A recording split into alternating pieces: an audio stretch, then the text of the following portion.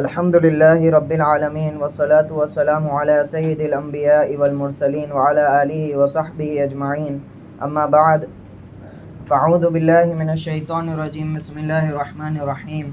إن الصفا والمروة من شعائر الله فمن حج البيت أو اعتمر فلا جناح عليه أن يطوف بهما ومن تطوع خيرا فإن الله شاكر عليم. صدق الله العظيم. اللهم أرنا الحق حقا وارزقنا اتباعه وأرنا الباطل باطلا وارزقنا اجتنابه. اللهم يسر لي هذا الأمر رب اشرح لي صدری ویسر لی امری واحلل عقدۃ من لسانی یفقہوا قولی. اما بعد،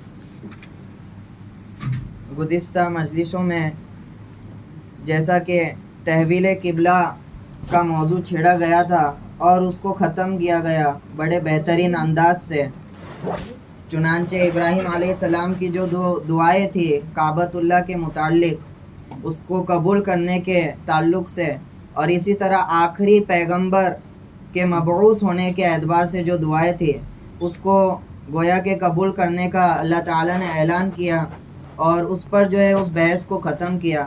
اس کے بعد صبر کی تلقین کی تھی اس مناسبت سے کہ اہل کتاب کے اشکالات سے ایمان والوں کو تکلیف ہوئی تھی، دلی رنج ہوا تھا، تو اس پر صبر کی تلقین کی گئی تھی. نیز جب شکر کا جو ہے یہاں پہ شکر کی تعلیم دی گئی، فَاذْكُرُونِي أَذْكُرْكُمْ وَاشْكُرُوا لِي وَلَا تَكْفُرُونَ، تو شکر کے لوازمات میں سے صبر بھی ہے کہ آدمی پر تو دو ہی حالت جو ہے واقع ہوتی ہے، ایک تو اس کے موافق اور ایک مخالف. تو موافق حالت میں اسے چاہیے کہ شکر کرے اور مخالف حالت میں چاہیے کہ صبر کرے.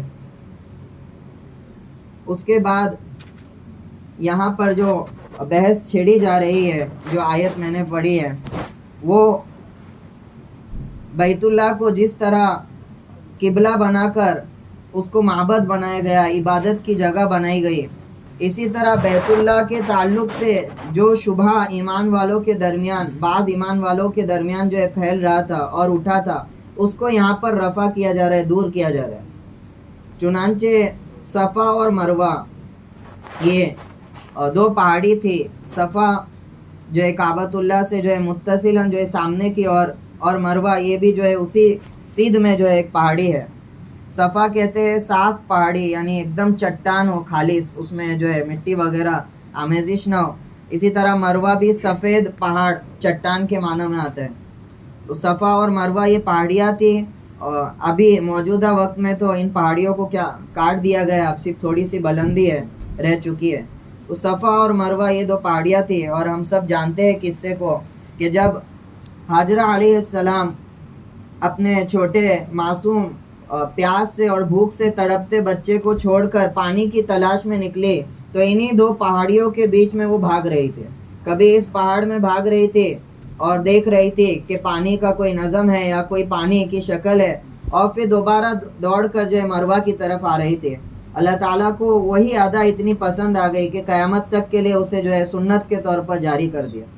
تو یہ توحید کی یادگار تھی وہ صفا اور مروہ اصل میں، کہ توحید کے جو علم بردار ہے ابراہیم علیہ السلام، حاجرہ علیہ السلام اور ان کے بیٹے اسماعیل علیہ السلام، جی تو ان کی یادگار تھی گویا کہ وہ صفا و مروہ.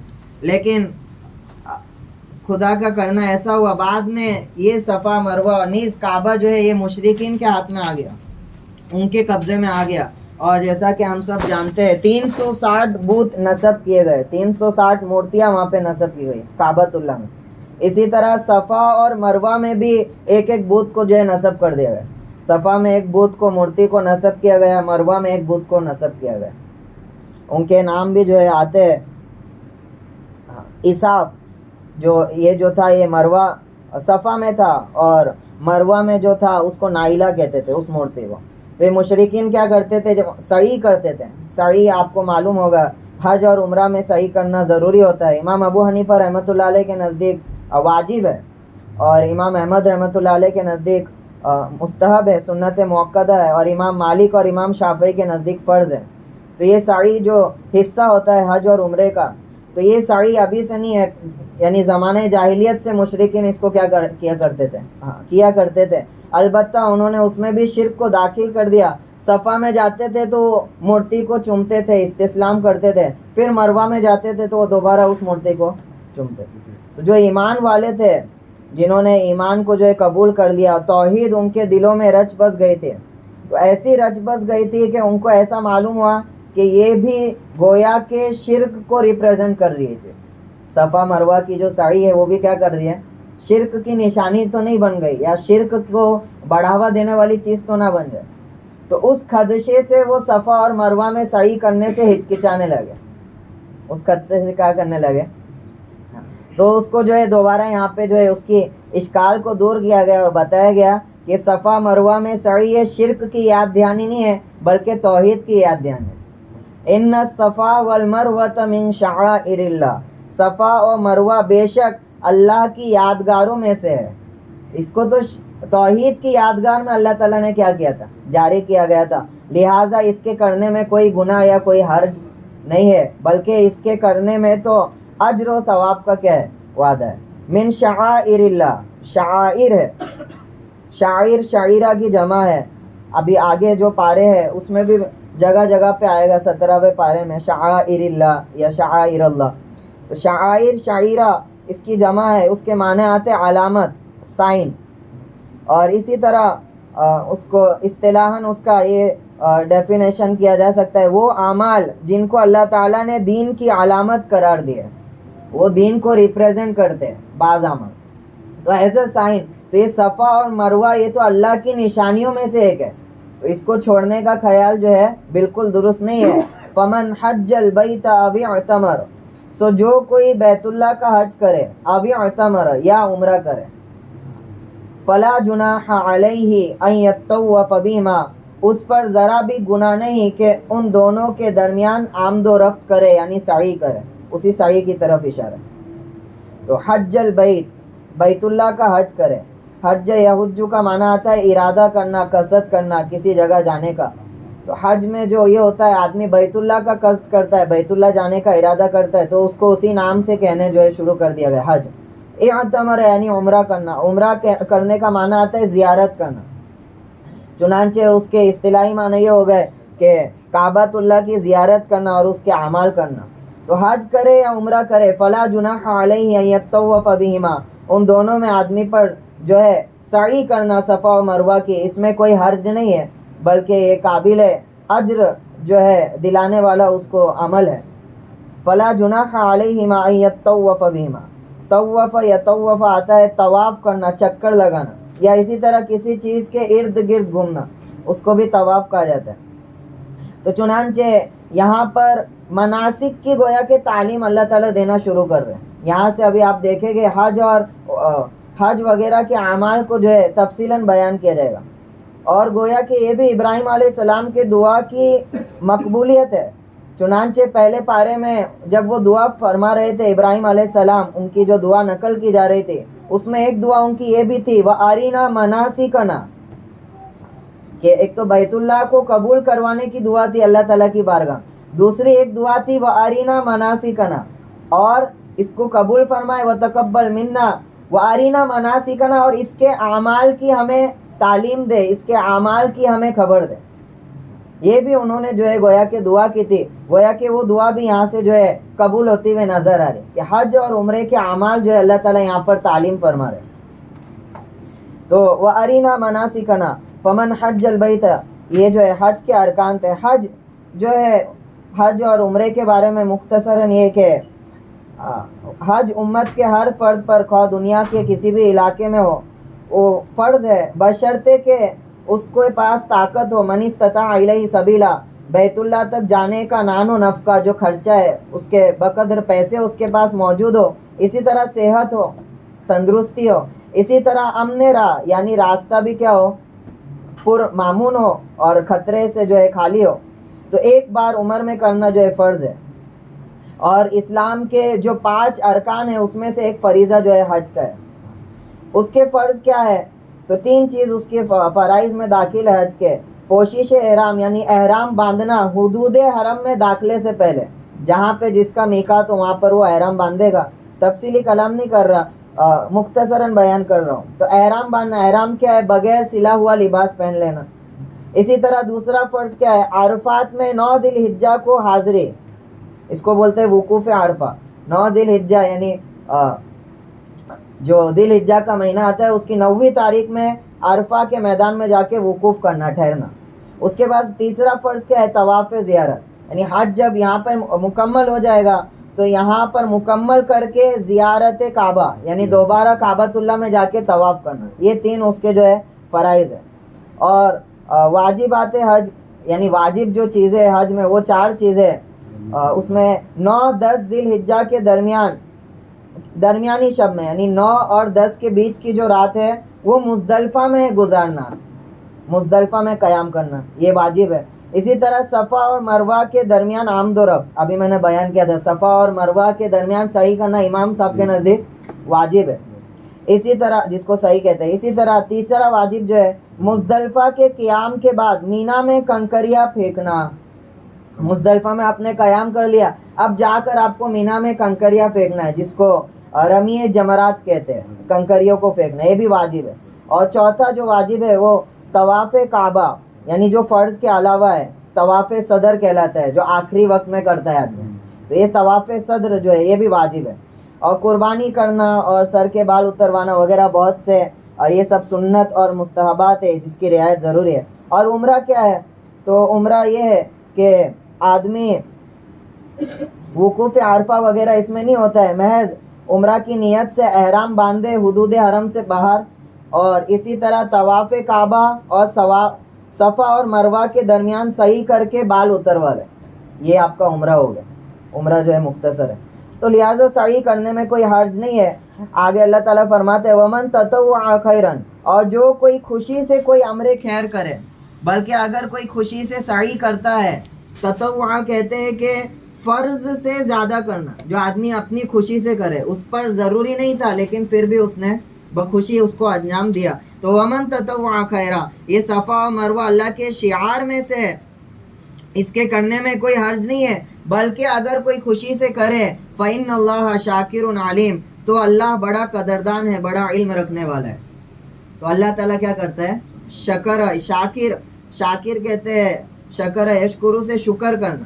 جب اللہ تعالیٰ کی طرف سے شاکر کہا جاتا ہے کہ اللہ تعالیٰ شکر کرتے ہیں، تو شکر کرنے کا وہاں پہ مطلب یہ ہوتا ہے قدردانی کرتے ہیں، یعنی جتنے کا آدمی مستحق تھا اس کو اس سے زیادہ انعام عطا کرتے ہیں. تو ان اللہ شاکرون، تو اللہ تعالیٰ قدردان کرنے والے اور عالم اور جاننے والے کہ کس نے اللہ کی محبت میں اعمال کو جو ہے انجام دیا. اب یہاں پہ جس طرح پہلے آپ صلی اللہ علیہ وسلم کی نبوت کو چھپانے پر وعید وارد ہوئی تھی اہل کتاب پر کہ یہ لوگ کس طرح خیانت کر رہے ہیں اور آپ صلی اللہ علیہ وسلم کی علامتوں کو چھپا رہے ہیں کہ وہ آخری نبی ہے. اب اسی مضمون کو گویا کہ مکمل کرتے ہوئے ان پر وعید جو ہے یہاں پر اس کو ارشاد فرما رہے ہیں. چنانچہ فرماتے ہیں ان الذین یکتمون ما انزلنا من البینات، بے شک جو لوگ چھپاتے ہیں اس چیز کو جو ہم کھلی ہوئی نشانیوں اور ہدایت میں سے نازل کر چکے. من البینات والہدی، یکتمون کتم یکتم یعنی چھپانا کسی چیز کو. تو وہ لوگ جو چھپا رہے، کیا چھپا رہے؟ جو ہم نازل کر چکے. من البینات والہدی، واضح نشانیاں، والہدی اور ہدایت کی چیزیں. من بعد ما بیناہ للناس، اس کے بعد کہ ہم اس کو لوگوں کے لیے کتاب میں بیان کر چکے ہیں، فی الکتاب. تو ایسے لوگوں کی وعید کیا ہے؟ تو فرماتے ہیں اولئک یلعنہم اللہ ویلعنہم اللاعنون، یہی وہ لوگ ہیں کہ اللہ ان پر لعنت کرتا ہے اور ان پر لعنت کرنے والے لعنت کرتے ہیں. نے بہت بڑی وعید جو ہے یہاں پر ان کے حق میں جو ہے سنائی گئی. یہ کون لوگ ہیں؟ یہ جو ہے وہی اہل کتاب ہے، یہود ہے، اور ان کے علماء خصوصاً، کہ جن لوگوں نے اللہ تعالیٰ نے جو ان پر واضح نشانیوں کو جو ہے نازل کیا اور ہدایت کی چیز کو نازل کیا، اس کے بعد کہ وہ کتاب میں اللہ تعالیٰ نے اس کو واضح کر دیا تھا، یعنی کہ تورات اور انجیل میں اللہ تعالیٰ اس کو بیان کر چکے تھے، اب وہ دوبارہ ان نشانیوں کو چھپا رہے عوام سے. تو اب ان کے حق میں جو ہے یہ وعید ہے کہ اللہ تعالیٰ کی ان پہ لعنت ہوگی اور لعنت کرنے والوں کی لعنتیں ہوگی. تو یہ سخت ترین وعید ان کے حق میں یہاں پر جو ہے ذکر کی گئی کہ یہ لوگ آپ صلی اللہ علیہ وسلم کی نبوت کو چھپا رہے تھے جو ان کی کتاب میں صراحتاً ذکر کر دی گئی تھی. اسی طرح سے یہاں پر علماء نے طرح طرح کا استدلال کیا ہے. کہ کتمان علم کتنا سنگین گناہ ہے، یعنی علم کو چھپانا کتنا سنگین گناہ ہے، کہ یہ لوگوں کو پر اللہ کی لعنت جو ہے بھیجی گئی. لعنت کسے کہتے ہیں؟ دوری کو، یعنی اللہ کی رحمت سے دور ہو جانا.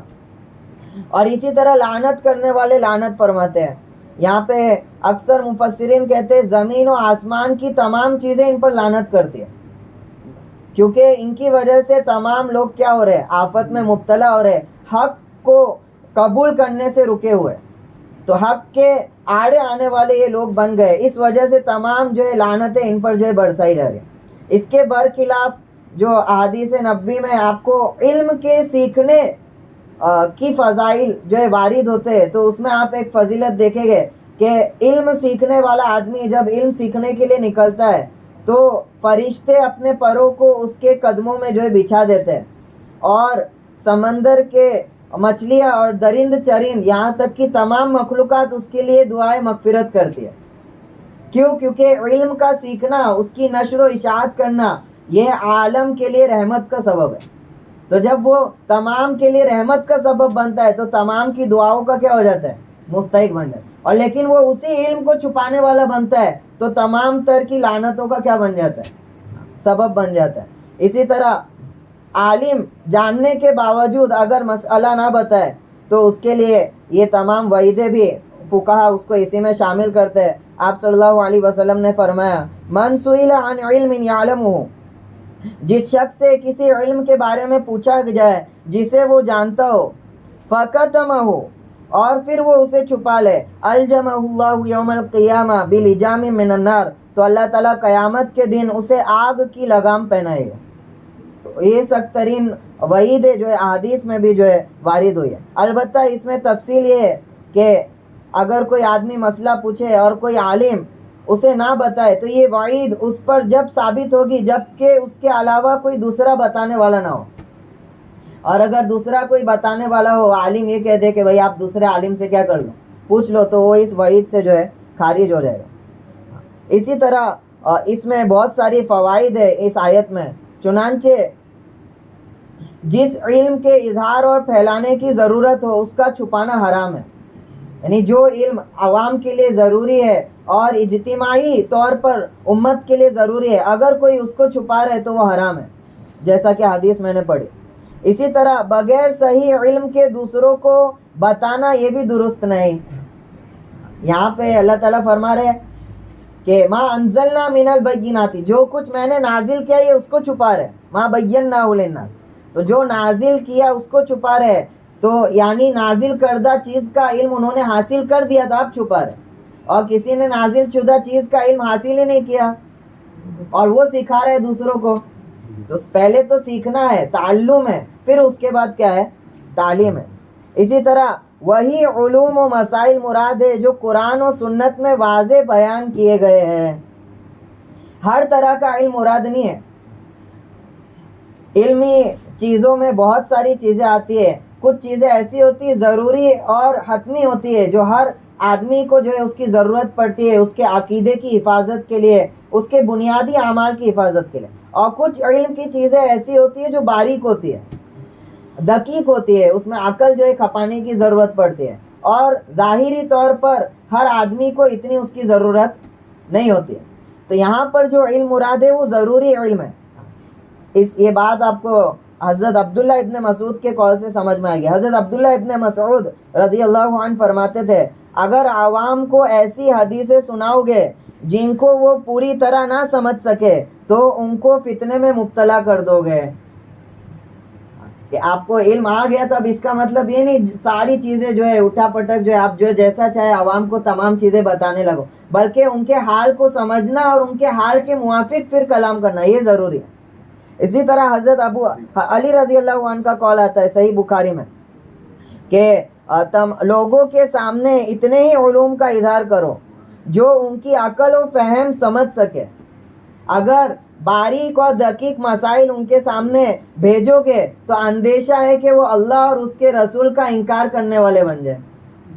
کیونکہ آپ جب ایسی پیچیدہ مسائل ان کے سامنے بیان کرو گے جو ان کی عقل سے پرے ہے تو ہو سکتا ہے کہ وہ اس کو کیا کر دے؟ انکار کر دے، اور اس کے واسطے سے اللہ اور رسول کو انکار کرنے والے بن جائے. تو کس آدمی کے سامنے کیسی بات کرنا یہ بھی ایک عالم کے ذمے ہے کہ اس کے موافق اس کے سامنے علم کو بیان کرے. اب یہاں پر جب وعید سنا دی تو اللہ تعالیٰ چونکہ غفور الرحیم ہے، ہر آدمی اور ہر خطا کرنے والے کے لیے کوئی نہ کوئی راستہ اللہ نے نکالا رکھا ہے. چنانچہ آگے اللہ تعالیٰ فرماتے ہیں اِلَّا الَّذِينَ تَابُوا وَأَصْلَحُوا، البتہ جو لوگ توبہ کر لے، یعنی انہی چھپانے والوں میں سے، وَأَصْلَحُوا اور درست ہو جائے یعنی اصلاح کر لے، وَبَيَّنُوا اور ظاہر کر دے، فَأُولَٰئِكَ أَتُوبُ عَلَيْهِمْ یہ لوگ ہیں کہ میں ان پر متوجہ ہو جاؤں گا، ان کی توبہ کو قبول کروں گا. وَأَنَا التَّوَّابُ الرَّحِيمُ اور میں تو ہوں ہی بڑا توبہ قبول کرنے والا اور رحمت والا.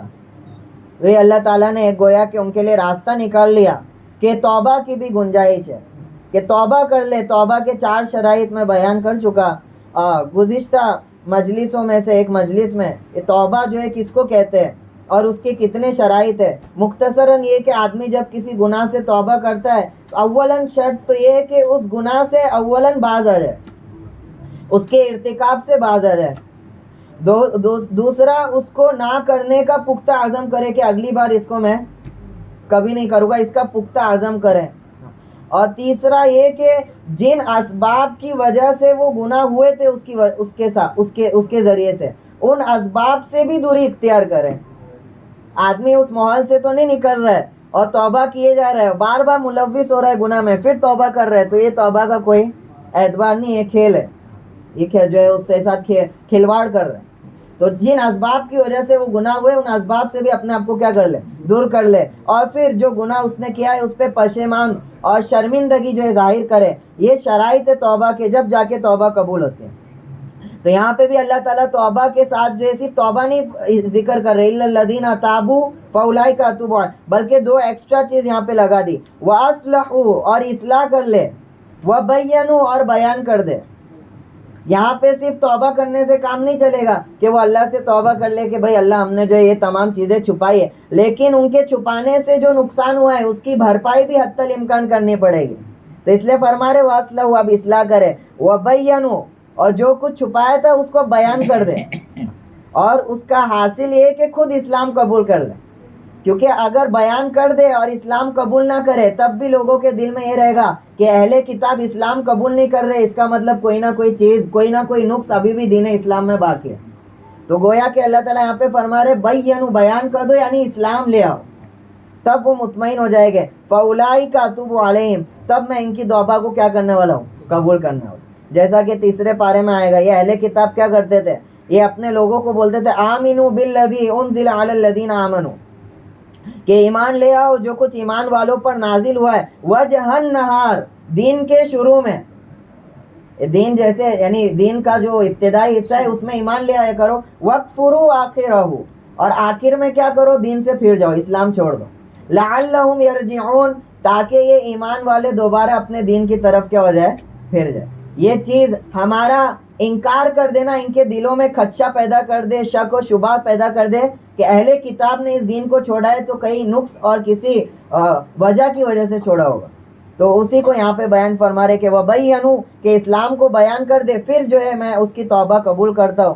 چنانچہ فقہاء علماء کرام فرماتے ہیں بعض گناہ ایسے ہوتے ہیں جن کا تعلق اللہ کے ساتھ ہوتا ہے، اللہ کی صفت رحمان اور رحیمیت کے ساتھ ہوتا ہے، تو ان گناہوں میں آدمی کا فقط توبہ کر دینا کافی ہے.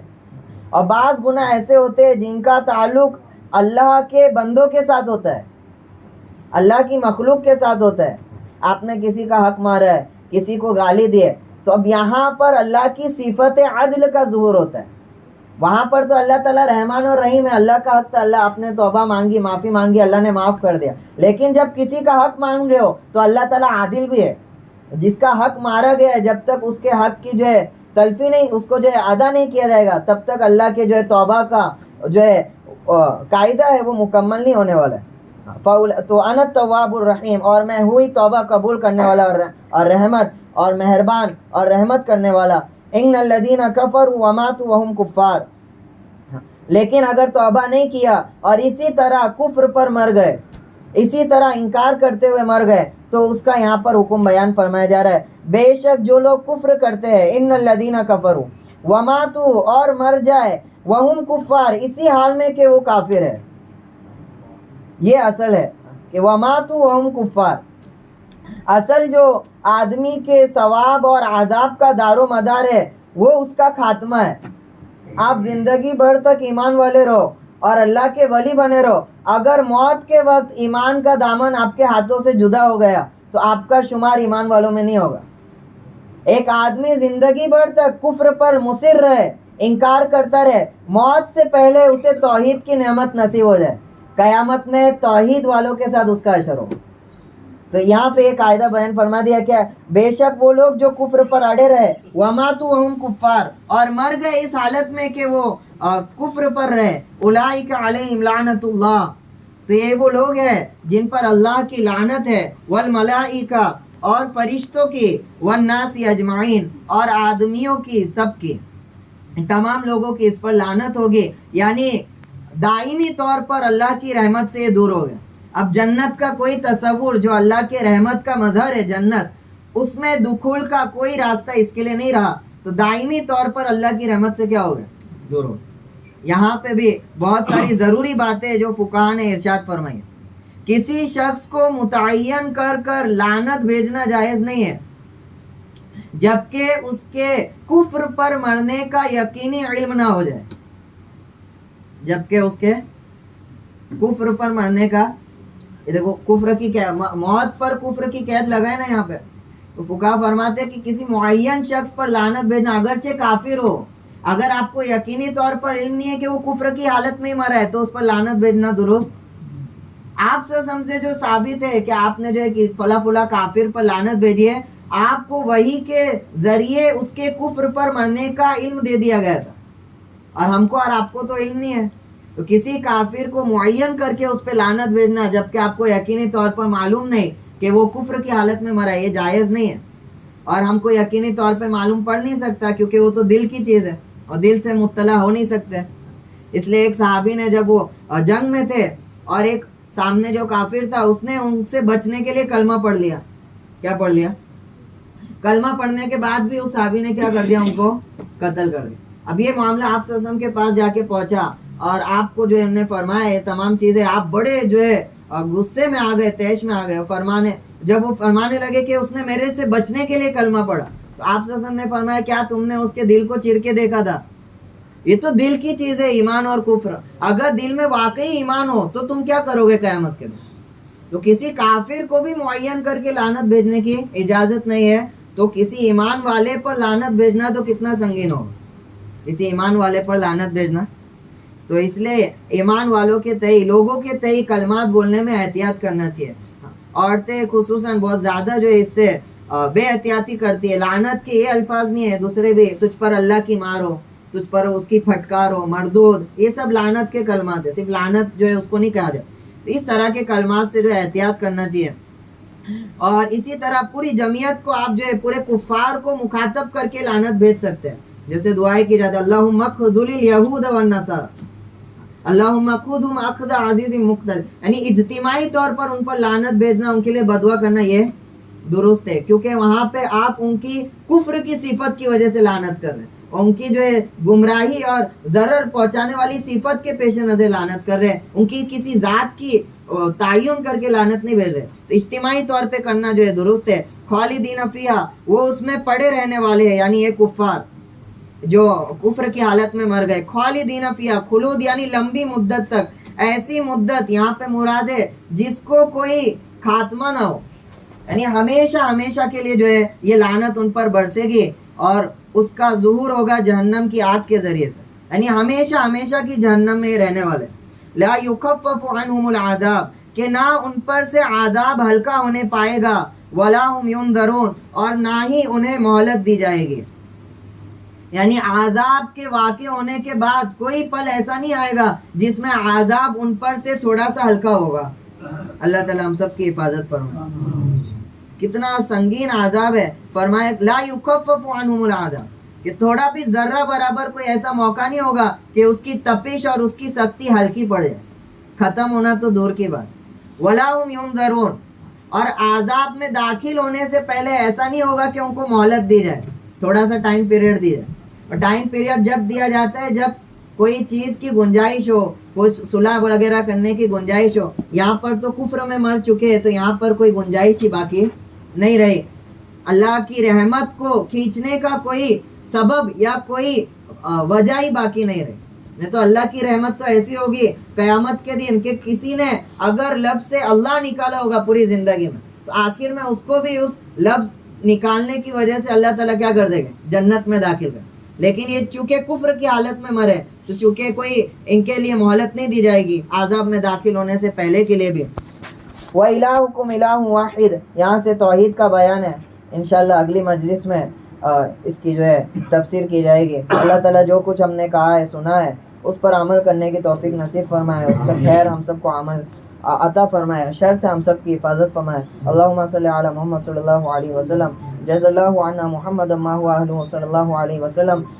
لا الہ الا انت سبحانک انا کنا من الظالمین. لا الہ الا انت سبحانک انا کنا من الظالمین. اسأل اللہ العظیم رب العرش العظیم ان یشفینا وان یشفی صدورنا وان یشفی صدورنا.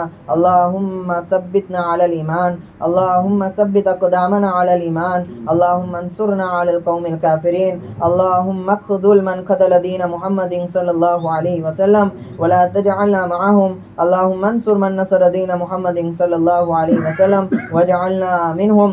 یا اللہ ہمارے تمام گناہوں کو معاف فرما. یا اللہ ہماری تمام خیانتوں کو معاف فرما. یا اللہ ہماری ریاکاریوں کو معاف فرما. یا اللہ ہماری کمزوریوں پر رحم فرما. یا اللہ ہماری غفلتوں پر رحم فرما. یا اللہ ہمیں توفیق میسر فرما, نیک اعمال کی توفیق میسر فرما. یا اللہ یا اللہ یا اللہ ہر نیک عمل کرنے کی ہم سب کو یا اللہ توفیق نصیب فرما. ہر اچھی نیت کرنے کی ہم کو توفیق نصیب فرما. یا اللہ شرک و نفاق سے ہم سب کی حفاظت فرما. ہمارے دلوں کو پاک صاف فرما. یا اللہ دلوں کی گندگیوں سے یا اللہ ہم سب کی حفاظت فرما. بغض, حسد, کینہ, جلن یا اللہ ان سب مضر چیزوں سے یا اللہ ہم کو دور فرما. یا اللہ ہمارے دلوں میں یا اللہ محبت و اخوت پیدا فرما. یا اللہ اجتماعیت پیدا فرما. یا اللہ تو کہتا ہے وتعاونوا علی البر والتقوی, اے ایمان والو نیکی اور تقوی کے کاموں میں ایک دوسرے کی مدد کرو. یا اللہ ہم سب کو ایک دوسرے کا ساتھ یا اللہ دیتے ہوئے یا اللہ نیکی اور تقوی پر یا اللہ قائم فرما. یا اللہ نیکی اور تقوی کے کاموں کو کرنے کی توفیق نصیب فرما. یا اللہ معاشرے میں اصلاحی کام کرنے کی توفیق نصیب فرما. یا اللہ معاشرے کو حیا اور پاک دامن بنانے کی کوشش کرنے کی توفیق نصیب فرما. یا اللہ بے حیائی کو ہمارے معاشرے سے ختم فرما. یا اللہ جہل کو ہمارے معاشرے سے ختم فرما. یا اللہ علم کو یا اللہ پھیلانے کی ہم کو سب کو توفیق نصیب فرما. یا اللہ حضور کی زندگی سے وابستہ ایک ایک علم کو سیکھنے اور سکھانے کی یا اللہ ہم سب کو توفیق نصیب فرما. ہماری نسلوں کو اس علوم کے لیے قبول فرما. یا اللہ اس جگہ کو علم کا مرکز بنا. یا اللہ اس جگہ کو علم کا مرکز بنا. یا اللہ تیری کتاب کی یا اللہ سیکھنے سکھانے سے اس جگہ کو آباد فرما. یا اللہ تیرے نبی کی حدیثوں کے سیکھنے سکھانے سے اس جگہ کو آباد فرما. یا اللہ اس جگہ کو یا اللہ محدثین پیدا فرما. یا اللہ یہاں پر یا اللہ عالم پیدا فرما. یا اللہ حفاظ پیدا فرما. یا اللہ تیرے راستے میں یا اللہ مجاہدہ کرنے والے پیدا فرما. یا اللہ شہادت کی موت ہم سب کو نصیب فرما. یا اللہ بزدلی کی موت سے ہم سب کی حفاظت فرما. یا اللہ بہترین موت ہم سب کو نصیب فرما. یا اللہ ہماری زندگی کا بہترین دن بنا یا اللہ جس دن تجھ سے ملاقات ہو. یا اللہ شہادت کی موت ہم سب کو نصیب فرما. ایمان والی موت نصیب فرما. نماز والی موت نصیب فرما. ذکر والی موت نصیب فرما. یا اللہ مدینے کی موت ہم سب کو نصیب فرما. یا اللہ جو ہمارے بھائی یا اللہ جن پر ظلم و تشدد برپا کیا جا رہا ہے, جن کو پریشان کیا جا رہا ہے, یا اللہ ان کی ہمدردی ہم کو عطا فرما. یا اللہ ان کی یا اللہ جذبات میں ہم کو شامل ہونے کی توفیق نصیب فرما. یا اللہ ان کے لیے ہر نمازوں میں دعا کرنے کی توفیق نصیب فرما. یا اللہ جو کچھ ہمارے یا اللہ قدرت میں ہو یا اللہ اس سے باز نہ رہنے اس کو یا اللہ کرنے کی ہم سب کو توفیق نصیب فرما. یا اللہ ہمارے فلسطینی بھائیوں کی خوب نصرت فرما. یا اللہ ان کے ظلم کو یا اللہ ان پر ہوتے ہوئے ظلم کو ختم فرما. اس رمضان کو یا اللہ ان کے لیے خیر کا ذریعہ بنا. یا اللہ ان کی تکلیفوں کو ختم کرنے کا ذریعہ بنا. یا اللہ تو نے اللہ تیرے صحاباؤں کو یا اللہ تیرے حبیب کو یا اللہ اسی رمضان میں عزت نصیب فرمائی تھی. یا اللہ تمام کفار پر غلبہ نصیب فرمایا تھا. یا اللہ وہ بھی اسی طرح بے سر و سامان تھے. یا اللہ معمولی سے یا اللہ ٹکڑی تھی. یا اللہ ہزاروں کا کفار کا مجمع تھا. یا اللہ ان کو ذلیل کرنا چاہ رہا تھا, روئے زمین سے صاف کرنا چاہ رہا تھا. یا اللہ ہم یہی منظر دیکھ رہے ہیں، یا اللہ ان معصوموں کو یا اللہ صاف کرنے کی کوشش کی جا رہی ہے، ان کو ختم کرنے کی کوشش کی جا رہی ہے، یا اللہ تو ان کو باقی رکھنے پہ آئے تو کوئی نہیں مٹا سکتا، یا اللہ تو اسی طرح دوبارہ یا اللہ اپنی نصرت کا منظر ہمیں دکھلا، یا اللہ دوبارہ اپنی مدد ہمیں دکھلا، یا اللہ ان کو عزت نصیب فرما، یا اللہ ان کو غلبہ نصیب فرما، ان کے ذریعے سے یا اللہ دوبارہ خیر القرون کا زمانہ لوٹا، یا اللہ تیرے نبی کا زمانہ لوٹا، یا اللہ جو کچھ مانگا ہے اسے بھی قبول فرما، جو مانگنے سے رہ گیا اسے بھی قبول فرما، ہماری تمام دعاؤں کو اپنے حبیب کے صدقے تو فعل قبول فرما، آمین آمین یا رب العالمین، سبحان ربک رب العزت عما یصفون وسلام علی المرسلین والحمد للہ رب العالمین۔